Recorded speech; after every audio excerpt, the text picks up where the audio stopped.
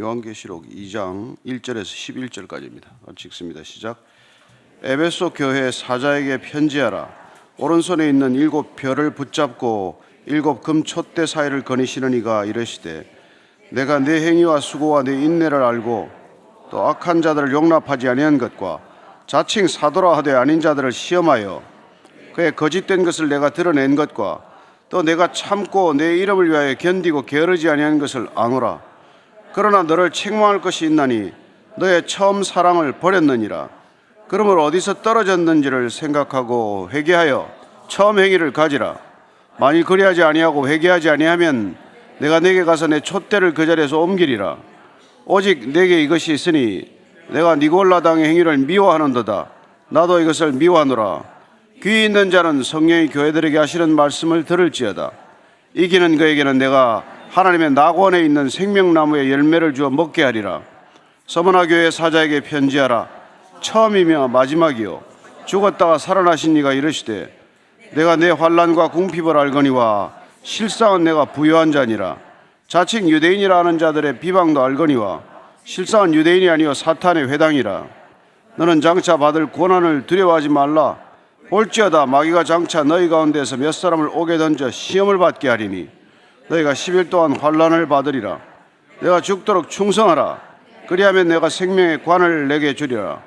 귀 있는 자는 성령이 교회들에게 하시는 말씀을 들을지어다. 이기는 자는 둘째 사망의 해를 받지 아니하리라. 아멘. 오늘 7 교회에 대한 편지 중에서 에베소 교회 그리고 서머나 교회에 주시는 말씀을 듣게 됩니다. 에베소 교회는 사실 사도 요한이 목회를 했던 교회예요. 그럼에도 불구하고 지금 요한이 반모섬에서 이 에베소 교회에 대한 질책의 말씀을 들었을 때 그는 얼마나 두렵고 떨렸을까, 이런 생각을 한번 해볼 필요가 있어요. 본인이 잘 목회한다고 생각했을지 모르는데 지금 에베소 교회에 대한 하나님의 질책을 들어보면 첫 사랑을 버렸다는 게 핵심이란 말이에요. 처음 같지 않다는 거예요. 사실 우리가 모든 교회가 그렇죠. 처음 시작될 때는 얼마나 더 흥분하는지 모릅니다. 날마다 눈물로 기도하고 날마다 기쁨을 주체하지 못하지만은 몇 년 지나지 않아서 교회가 가는 길들이 다 비슷비슷한 길을 간단 말이에요. 신앙도 마찬가지고 또 무슨 우리가 살아가는 관계들도 마찬가지고 처음에 우정이 싹 텄네, 사랑이 싹 텄네 하지만 얼마나 가요? 그렇잖아요. 처음 걸 지키는 게 그렇게 중요하다는 거예요. 처음 사랑을 지키는 게. 에베소 교회에 보내는 말씀 2장 1절에서 3절까지를 한번 더 읽습니다. 시작. 에베소 교회 사자에게 편지하라. 오른손에 있는 7 별을 붙잡고 7 금 촛대 사이를 거니시는 이가 이르시되, 내가 네 행위와 수고와 네 인내를 알고 또 악한 자들을 용납하지 아니한 것과 자칭 사도라 하되 아닌 자들을 시험하여 그의 거짓된 것을 내가 드러낸 것과 또 내가 참고 내 이름을 위하여 견디고 게으르지 아니한 것을 아노라. 우선 칭찬을 듣습니다. 에베소 교회.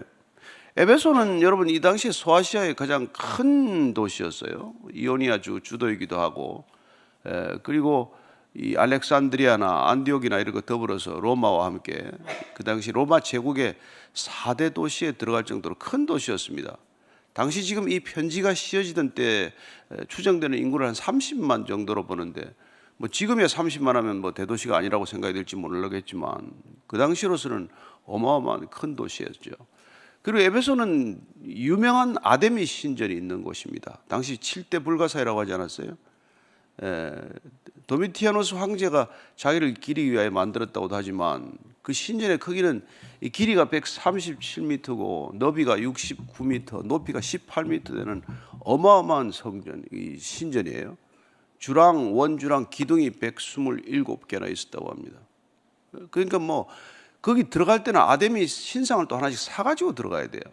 그래서 아데미 이 신상 장사가 번성한 거죠. 제일 큰 사업을 했던 사람이 누굽니까? 사도행전을 보면은 그 데메드리오라는 사람이 있잖아요. 근데 바울이 오는 바람에 그 장사가 안 된 거예요. 그 손으로 만든 거 신이 아니다.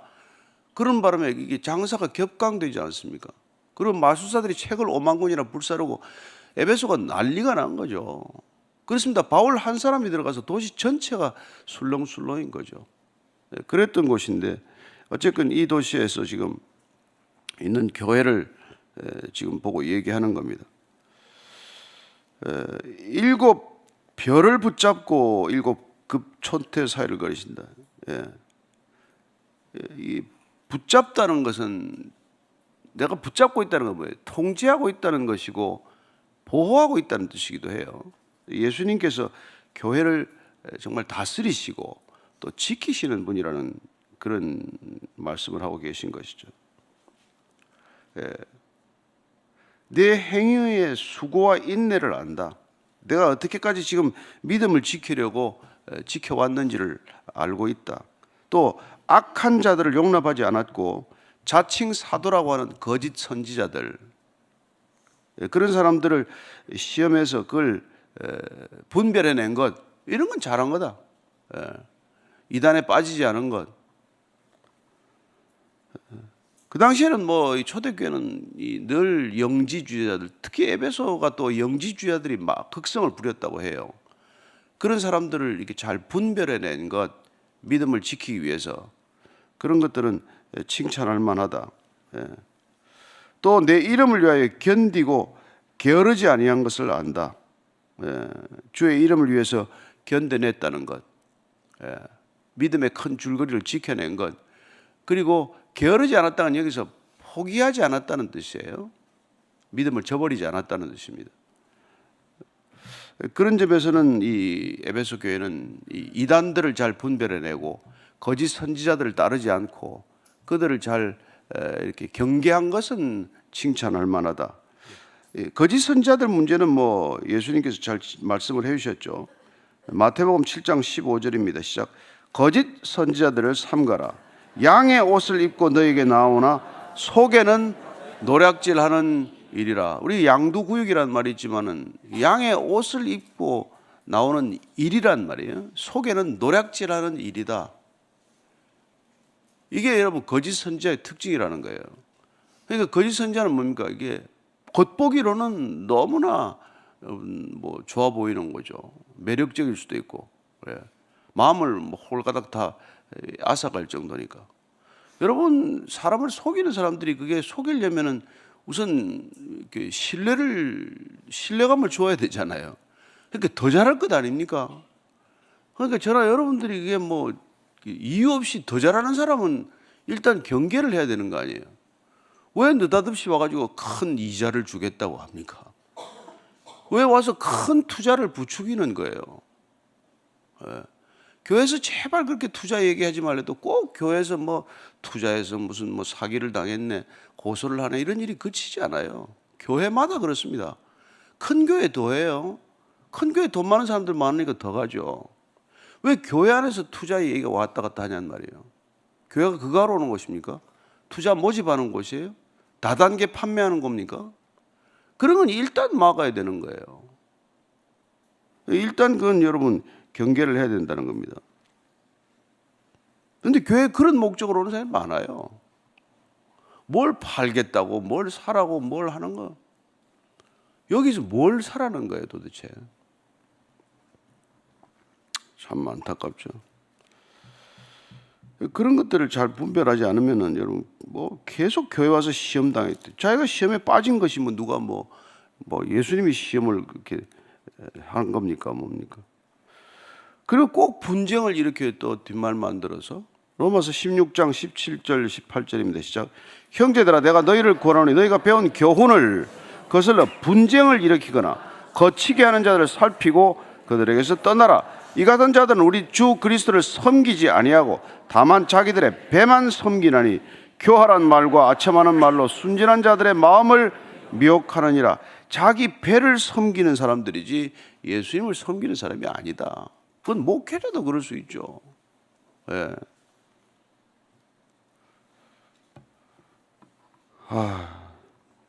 배만 섬긴다. 참. 그래서 배 나온 목회자들이 그렇게 욕을 많이 얻어먹는데 저는 나이 때문에 조금 나왔어요. 나오긴 했는데 없애야죠. 근데 자기 배만 섬기는 사람들, 근데 그런 사람들이 뭐 배 섬긴다 그럽니까? 온갖 좋은 말로 다 속이는데.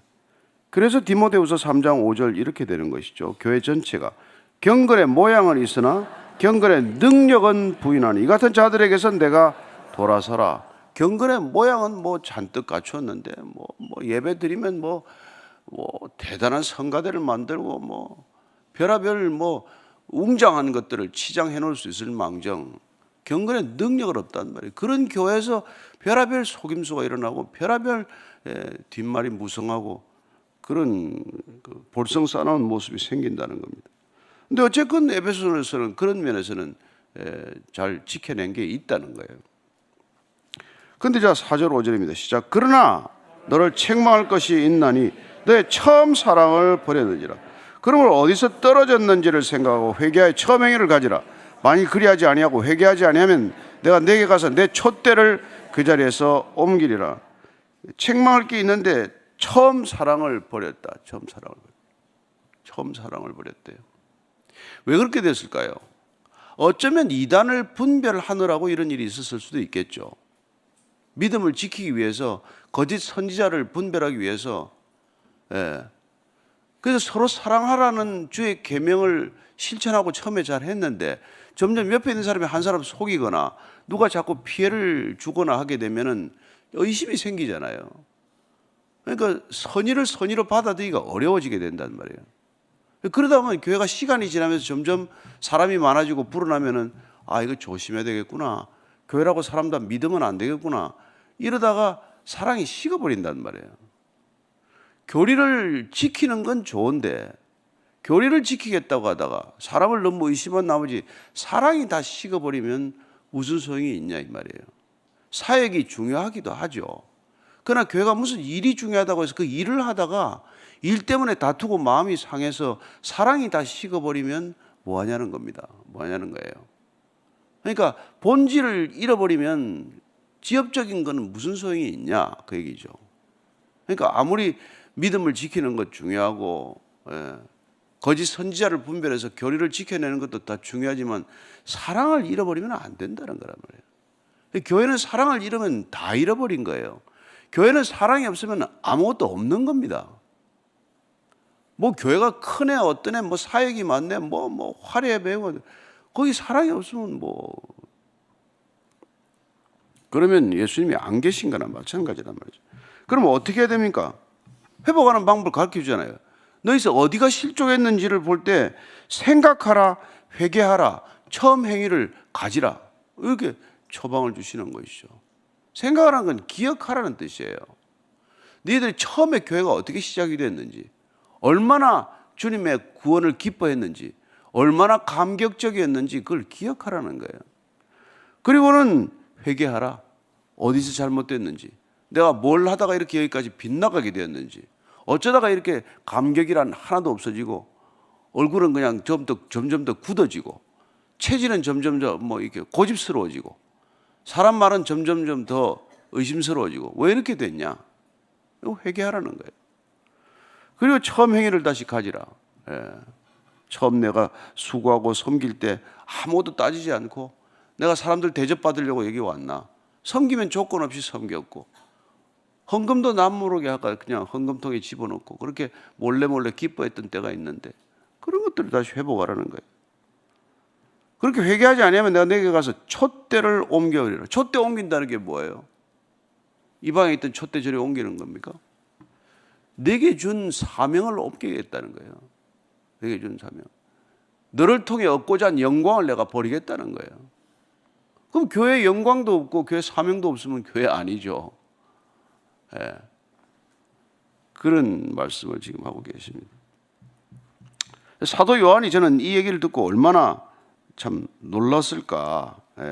얼마나 정말 마음이 그냥 뭐 철썩했겠죠. 자기가 뭐 없었던 교회도 아니고 있었던 교회인데. 마태복음 24장 11절 12절입니다. 시작. 거짓 선지자가 많이 일어나 많은 사람을 미혹하게 했으며 불법이 성함으로 많은 사람의 사랑이 식어지리라. 많은 사람이 사랑이 식어지는 게 문제다. 교회는 시간 지나면서 사랑이 없는 게 문제다. 제도성이 강해지고 점점 사역이 많아지면 사랑이 식어지는 게 문제라는 거예요. 그래서 내가 이 교회 사랑이 없으면은 정말 쉬어야 돼요. 조금 사랑이 차오를 때까지. 어떻게 차오릅니까? 처음 사랑을 기억하라는 거예요.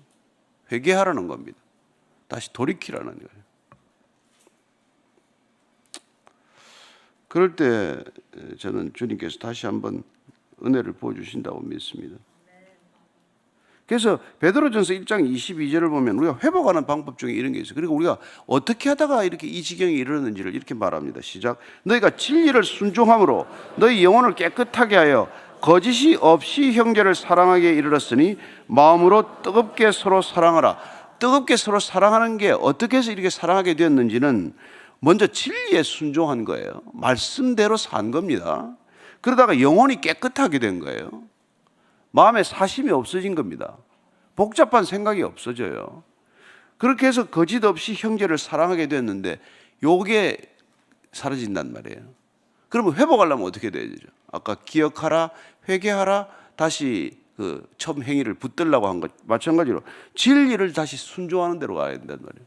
다시 말씀으로 돌아가야 된단 말이에요. 내가 무슨 말씀을 기억해야 하나? 어떤 말씀을 내가 받았나? 어떤 사명이 내게 주어졌나? 그걸 다시 확인하는 것이죠. 그리고 영혼을 깨끗하게 하라. 마음이 깨끗해져야, 심령이 깨끗해져야 되죠. 왜 기도합니까? 여러분, 기도는 청소 시간이에요. 욕심을 담는 시간이 아니고 욕심 덜어내는 시간 아닙니까? 하나님 사랑과 이웃 사랑을 위해서 기도하는 거 아니에요? 그 영혼이 깨끗해지면은 그러면 거짓 없이 형제를 사랑하게 된다는 겁니다.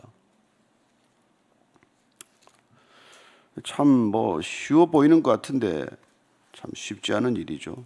다 경험하는 일입니다. 자, 6절 또 있습니다. 시작. 오직 내게 이것이 있으니 내가 니골라 당의 행위를 미워하는도다 나도 이것을 미워하노라. 근데 하나님께서 지금 말씀하시니 아직 희망이 있다.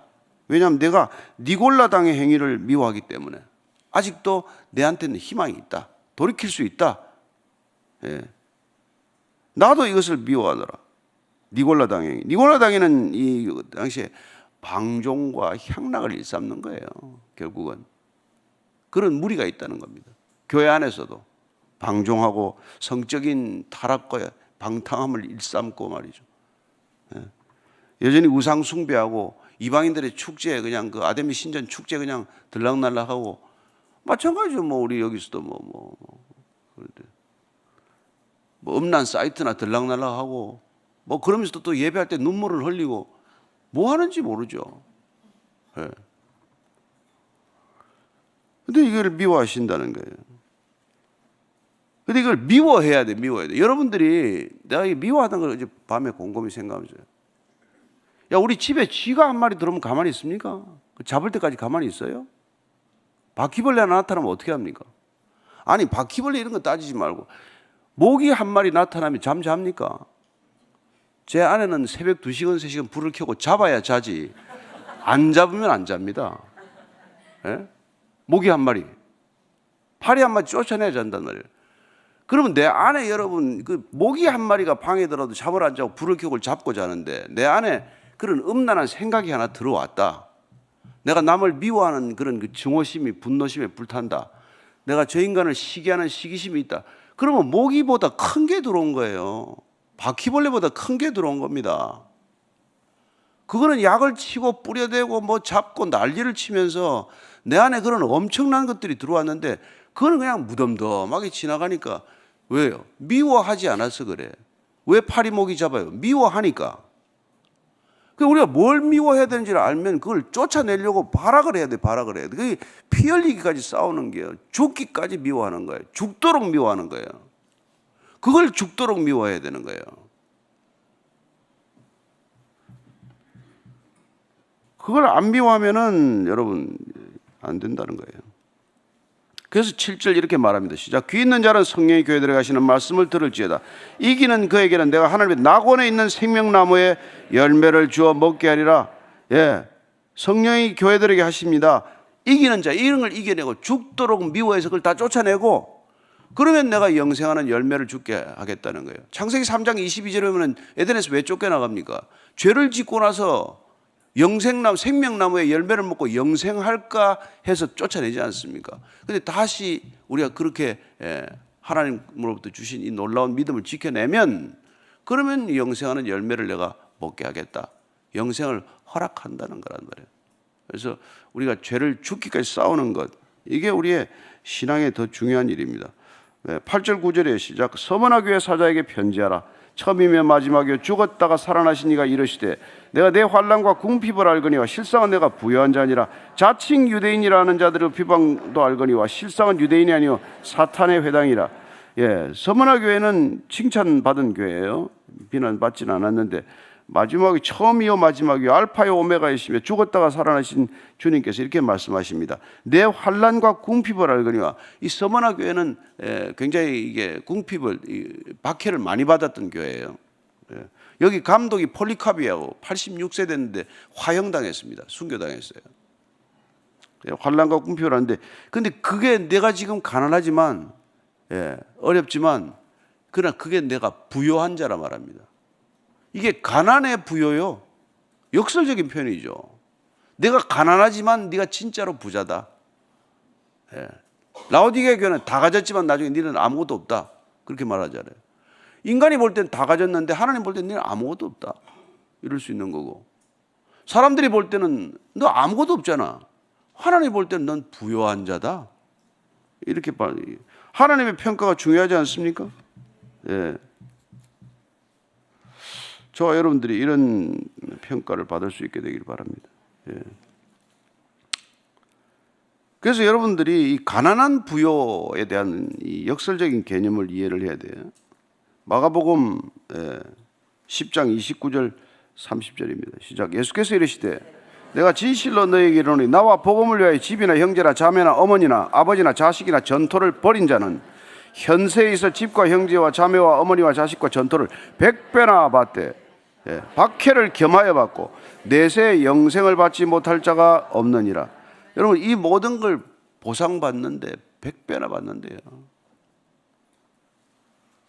근데 문제는 박해를 겸해 받는다는 거예요. 그리고는 영생을 반드시 받는다고 말합니다. 박해도 받고 영생도 받아야 되는 게 문제야. 참 괴롭죠.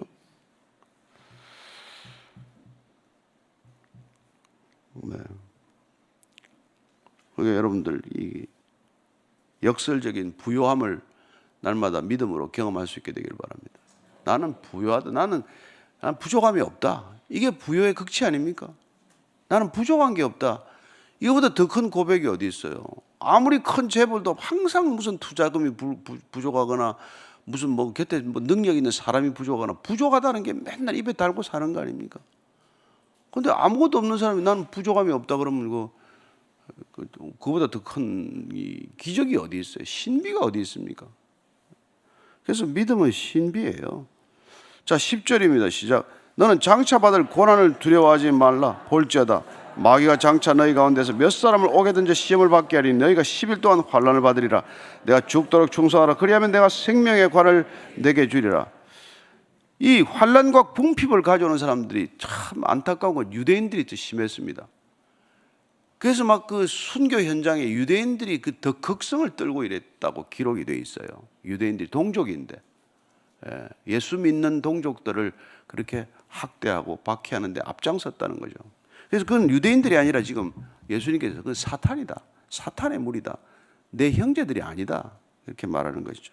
그런데 문제는 너는 장차 받을 고난을 두려워하지 말래. 지금 고난받고 있는 이 서머나 교회를 향해서 또 기껏 해주신다는 말씀이 장차 받을 고난을 두려워하지 말래.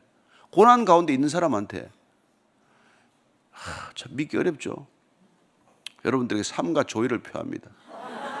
고난이 없을지어다 아니라 장차 받을 고난이 또 있으니 그것도 두려워하지 말아라. 지금 받을 고난과 비교할 수 없는 고난이 온다고 하더라도 내가 백신을 맞았으니 반드시 견디리라, 이 말씀이란 말이에요. 네. 몇 사람은 옥에 던져서도 시험을 받게 한대. 그러나 내가 죽도록 충성하라는 거예요. 죽도록 충성하다가 죽으라는 얘기입니다. 죽도록 충성하라는 게. 그러면 내가 생명의 관을 주리라. 여러분 그때 면류관 있잖아요. 면류관. 그때 뭐 운동 경기 뭐 올림픽도 있고 있으면 경기 이럴 때 마지막에 면류관을 받잖아요. 그걸 상상해 보라는 거예요. 그 마지막에 면류관 하나 받기 위해서 사람들이 그렇게 죽을 고생을 하지 않냐. 그러니까 우리 신앙이라는 게 그런 그 마지막 관 하나 받으려고 죽기 살기로 달려가는 것이고, 마지막 죽는 거죠, 뭐 결국. 그래서 예수님께서 그냥 뭐 딱 부러지게 얘기하셨습니다, 그죠? 요한복음 17장 34절입니다. 16장 33절 시작. 이것을 너희에게 이르는 것은 너희로 내 안에서 평안을 누리게 하려 함이라. 세상에서는 너희가 환난을 당하나 담대하라. 내가 세상을 이겼노라. 아멘. 아멘. 반드시 환난을 당한다. 환난을 당한다. 지금 환난이 먹구름처럼 몰려오고 있잖아요. 뭐 지금 본토 미사일 우크라이나한테 허락했다고 지금 푸틴이 뭐 핵 규정을 개정해가지고 3차 대전을 위한 큰 걸음을 옮겼다. 지금 이게 지금 푸틴 입에서 이런 소리가 나오는 게 이게 여러분 예사로운 얘기입니까?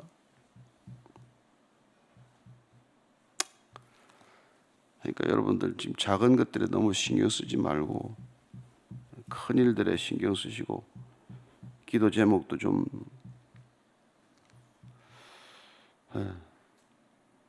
그러나 우리가 이런 환난을 두려워하지 말라고 말씀하십니다. 에베소 3장 13절 읽고 기도하겠습니다. 시작. 그러므로 너희에게 구하노니 너희를 위한 나의 여러 환난에 대하여 낙심하지 말라. 이는 너희의 영광이니라. 우리를 낙심케 하는 일들이 결국 우리를 영광스럽게 할 거라고 말씀하십니다. 우리를. 그래서 귀 있는 자는 성령이 교회들에게 하시는 말씀을 들을지어다. 이기는 자는 둘째 사망의 해를 받지 않을 것이다. 영원한 지옥의 형벌, 영원한 사망에 들어가지 않을 것이다. 이게 보상이에요. 이 보상을 굳게 믿고 가라는 겁니다. 이 땅에 보상 바라지 마십시오. 이 땅에 보상을 다 받으면 나중에 보상이 없다고 말하지 않습니까? 이렇게 여기서는 힘들더라도 장차 받을 고난을 대비하는 시간들이고 더 큰 어려움이 올 것에 대비하는 시간들이지, 여기서 먹고 마시고 놀고 그만해야죠. 그죠? 그만 먹고 그만 마시고 그만 놀아야 되지 않습니까? 그만 먹었으면 됐다. 살 그만 쪘으면 됐다. 예? 뭐 위고비만 나오면 정신이 번쩍 들고 이러지 말고 좀 덜 먹으면 되는데 왜 먹고 살을 빼려고 그러냐. 이렇게. 그래서 오늘 여러분들이 근심함으로써 살을 빼게 되기를 바랍니다. 장차 올 이걸 우리가 근심하면서 기도하면서, 그리고 오늘 다시 한번 주의 놀라운 능력을 경험하는 하루가 되기를 바랍니다. 같이 기도하겠습니다. 하나님 아버지, 저희들 정말 뭘 한다고 이렇게 바쁜지 모르겠습니다. 무엇에 이렇게 온통 마음을 빼앗기고 있는지 모르겠습니다. 정말 온 세상을 짙은 어둠 가운데로 몰아갈 그런 어둠이 먹장구름처럼 몰려오고 있는데, 우리는 오늘도 무엇을 먹을까, 무엇을 마실까, 무엇을 할까 염려하느라고 정신이 없습니다. 하나님 아버지, 오늘 주님 앞에 깨어서 무엇을 붙들고 기도해야 될지 다시 한번 주님 이 기도 제목을 주셨습니다.